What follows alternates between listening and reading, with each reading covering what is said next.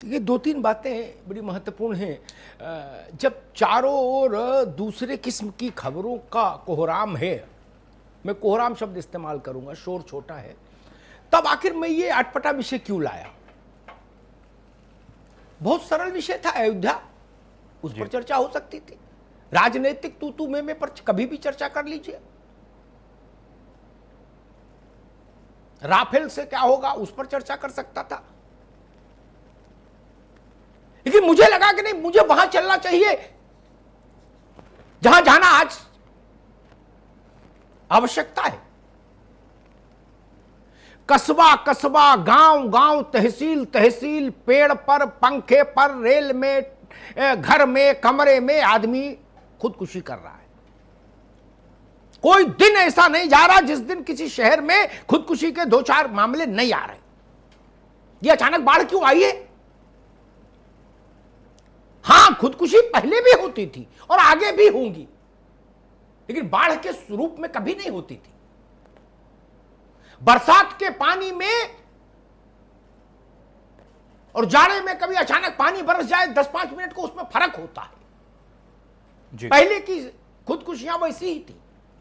अब ये बरसात का पानी हो गया, इतना तेज प्रवाह है खुदकुशी का, आत्महत्या का। मैंने पहले दिन कहा था, जब कोरोना पर बहस की थी, जब लॉकडाउन का शोर हुआ था, कि लॉकडाउन गरीब की रोटी भी ली लेगा, ये जान लीजिए। कोरोना कितनों को संक्रमित करेगा ये तो भविष्य जाने, लेकिन फिर भी बहुत बड़ी संख्या नहीं हो सकती भारत की आबादी के बरक्स। लेकिन गरीब की जिंदगी मुहाल करने का जो दायरा है वो करोड़ों करोड़ में गया। मरीजों की संख्या तो लाखों में ही रहेगी, तब तक पीक आ जाएगा और पीक से डिक्लाइन हो जाएगा, जैसा दुनिया भर में हुआ है। वो उतनी गणित तो समझ आ गई, क्योंकि कोरोना भी नया मेहमान नहीं रहा, 6 महीने पुराना हो गया, तो उसका चाल चलन कुछ समझ आ रहा है, रंग ढंग। लेकिन इनका क्या करें? पेट का लॉकडाउन तो होता नहीं। इस कदर परिस्थिति विपरीत हो गई, और इसमें मैंने वो लोग दिखाए, इसमें एक केस हटा दीजिए जिसमें कोरोना पॉजिटिव ने नस काट ली अस्पताल में, अन्यथा सारे केस ऐसे हैं जो कोरोना पॉजिटिव नहीं थे, वो कोरोना के बाई प्रोडक्ट से ग्रसित थे, जिसमें भूख है, जिसमें अनिश्चितता है, जिसमें भय है। उसका कोई उपचार, उसकी कोई दवा ढूंढ रहे हो, कोई वैक्सीन उसके लिए ढूंढी जा रही है? जिनको ढूंढनी चाहिए वो लोग उसमें लगे हैं क्या? और अगर लगे हैं तो ये मर क्यों रहे? ये सवाल बड़ा है जी। और इसलिए मुझे लगा कि इस पर और चर्चा करते हैं।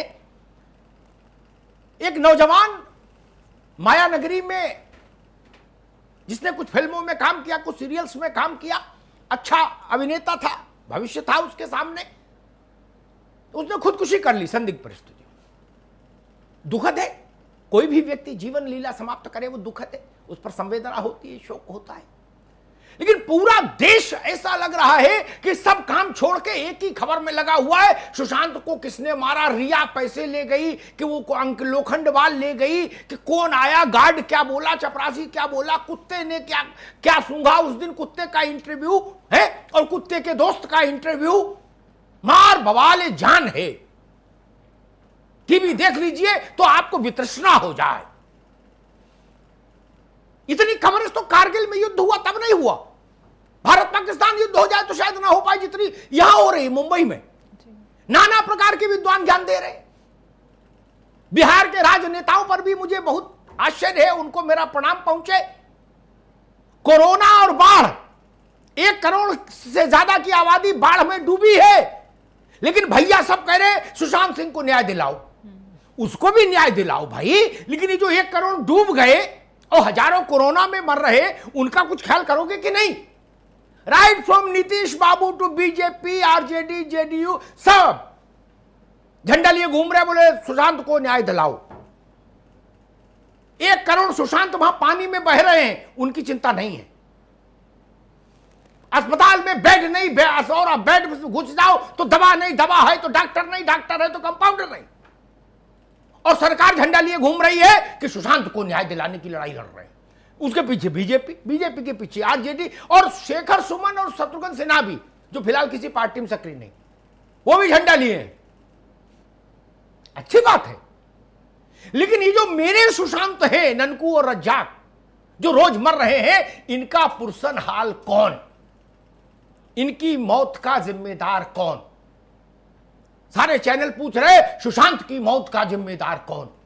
मैं पूछ रहा हूं, ये जो मेरे सुशांत हैं, ननकू और रज्जाक, इनकी मौत का जिम्मेदार कौन? यही अंतर है हम में और बाकी में। उनकी चिंता माया नगरी के एक भद्र पुरुष तक सीमित है, मेरी चिंता हिंदुस्तान के आम गरीब तक जाती है।